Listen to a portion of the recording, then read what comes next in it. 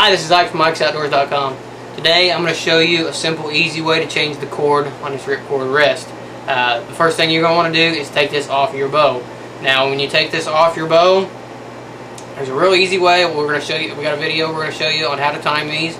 So when you take this off your bow, simply take a marker or anything and mark down this side, and we're going to be taking this part of the rest off. So maybe make a mark where your left and right adjustments are, and you can put this all right back on the bow just like you had, but this is a lot easier to do when this is not on the bow.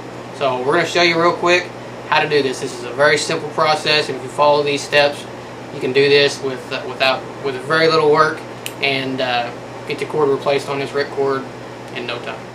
Okay, so the first thing you're going to want to do is you're going to want to take off this top bracket right here. That's really easy to do. You're going to remove this bolt right here. All you're going to need for this is a set of Allen wrenches. Be sure to mark your windage, and you can put this right back to your center shot on your bow. Just remove that, set that aside. Now you can remove this launcher. I've done this several times and I've never actually had to remove this launcher, but if it's getting in your way, you can remove this launcher. I like to start with this in the down relaxed position. See on this side here, above and below Ripcord's logo are two bolts, two Allen head bolts. We're going to take those two bolts out and pop this side loose. Okay, now the thing to keep in mind when you're removing this side plate is this is a spring-loaded rest. So make sure you've got a good, secure handle on this side plate, because it will try to pop off on you. And if it pops off, you're not only going to lose the spring, you're going to lose the inner workings of this Ripcord as well. Okay, we've got the top one on there, off there. And like I said, keep good hold on that plate, because right now it's ready to start, ready to come off and ready to pop that spring.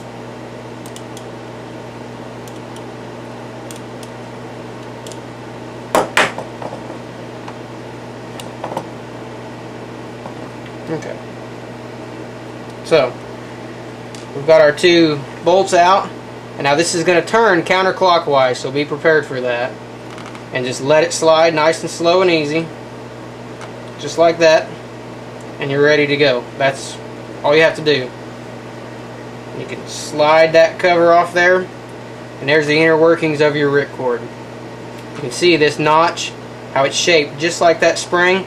That's going to come into play later on. So set that aside by your two bolts. You can pull your spring out of there, and now you're ready to start replacing the cord. With this in the down position, simply push it just like that. Simply push that out and you'll see that it'll slide right out. Now to replace your cord, to take it out, there's a couple different things you can do. Pull your brass keeper out of there, and we'll discuss that brass keeper in a second. You can push it through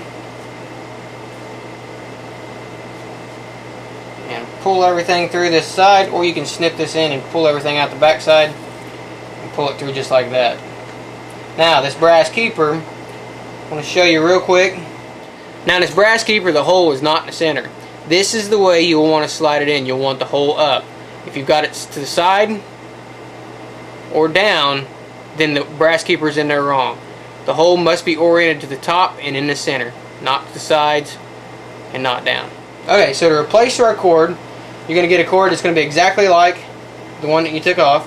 The end of it's going to be mushroomed, all ready to go. Okay, the end of your string that does not have the mushroom on it will simply slide right under this bar in this groove. And you can just push that right through there so you got enough slack, and you can pull it through to where your mushroom is, and your mushroom will catch. Now I'll give it a little tug a couple times just to make sure that mushroom is going to catch good. Now you can put your brass keeper back on, and at the moment it doesn't matter how it's oriented until we start sliding this back in here. If your spring has come out, pop your spring back down in there, and now your brass keeper, when you orient this, put it back in there. Make sure your hole is up, not to the sides and not down. Put that right back in the groove, and then you'll want to pull your cord right back through the slot on the housing of your ripcord, just like that. Pull that down tight, See on the side there, you gotta do is give the brass keeper a little squeeze and it'll slide right back in there. Now we're ready to put our side back on. Now your spring that you took off has got two catches on it, two pieces that come up.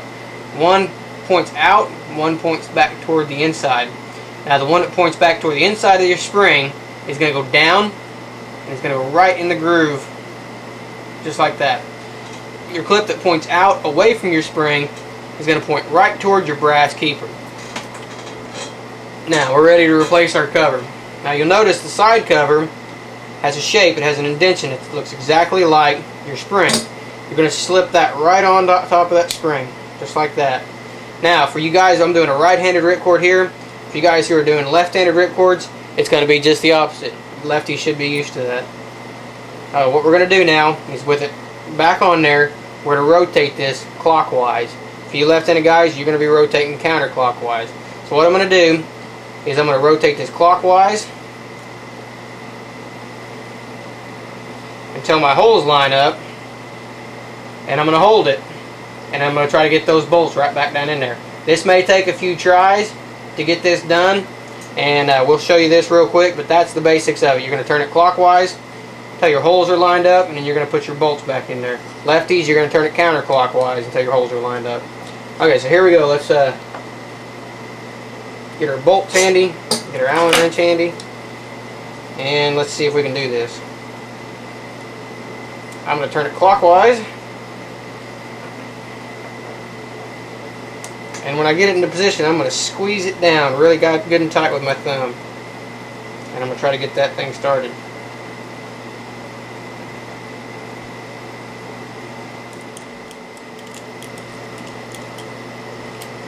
Okay, just like that. Now we're going to test it, make sure everything's working just fine before we put it back in there. Make sure it's locking back into position. Make sure it's unlocking. Make sure everything feels good and everything feels nice and tight. Now when you're replacing this cover, just be patient with it. Find your own way of holding it. The way I did it, I do it different every time. It seems to be, I really haven't found a good way to hold it. So that's the trick to it, is trying to hold this cover. That's the hardest part of it. But once you get down to where you can hold the cover, that's kind of how the best grip that's worked for me is to just basically squeeze it really tight once it's close into position. Maybe try to put your thumb over the top and get those holes lined up. But find your own way to do that, and you can replace your own cords just as easy as that. Okay, got it all back together. Everything's working fine, locking back into position like it's supposed to, and this ripcord's ready to go back on the bow. Got a cord replaced, and it's fully operational. Be sure to check out this for more information on this rest. We're going to do an installation video as well and show you how to get this thing set up and time. Be sure to check out ripcordarrowrest.com, and you can also check these out on our website, which is ikesoutdoors.com. We appreciate you guys watching. I like good times, good wine, good smoke, and a five-piece bed. And I can't help it.